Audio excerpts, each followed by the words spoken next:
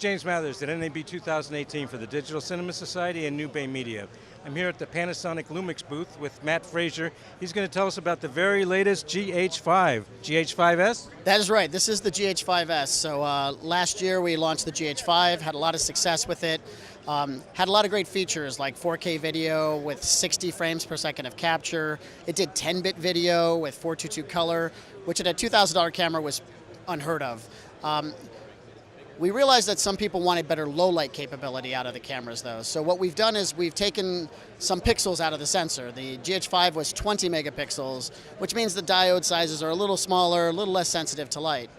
GH5S gets a 10 megapixel sensor, so the diodes are bigger, and the sensor's oversized. It's a large micro four thirds sensor. That's because the GH5 had a stabilizer that would move the sensor around. We're taking the space that would normally allow the sensor to move, and we're adding more sensor to it. So this gives us a wider angle of view, but more importantly, it gives us very large photo sites, and that means much better low light sensitivity. When I shoot a GH5, ISO 3200 is about my limit. I'll shoot this at 12,800 and in some cases 25,600 to get very good results. And has it got dual native ISO like some of the other Panasonic cameras? Yeah, we invented that actually, the Lumix people. I'm joking. So we borrowed that technology from our broadcast group. So we have dual native. It's a little different depending on how you shoot the camera. So if you're shooting in like the natural picture profile or standard, your settings are going to be an ISO of 400 and 2500. But if you're in log, it's going to give you 800 and 5000 as your native ISO points.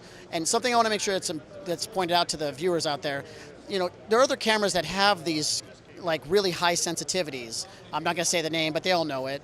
And what's interesting is when you shoot in log on that camera, or if you shoot in like Rec 709, you can only shoot at a base ISO of 1600 with it. And that's the real benefit of dual native, is that it gives you not just a high ISO point, but it gives you that low 800 point, and we can extend all the way down to ISO 320, so you don't have to stack a bunch of neutral density filters on the camera on a bright sunny day to shoot in log. And you get very clean video.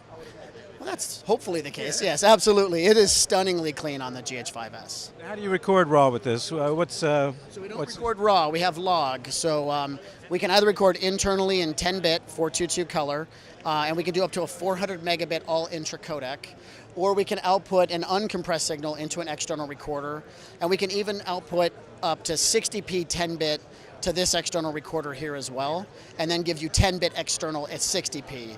Otherwise, you're 8-bit 60p internal at 420 color.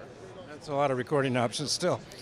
Yes, and then we still have anamorphic options in there as well. So if you want to shoot in the 4:3 aspect ratio and use the entire sensor height and width, you can also do anamorphic as well, and then you can go all the way from 24 all the way up to 60 with that as well. And what's the price point of this unit? So it's going to be $2,500. That's a lot to pack into 2,500. Yes, and it still takes photographs too, so it still gives you all those benefits as well. Thank you so much, Matt. All right, thank you, I appreciate it.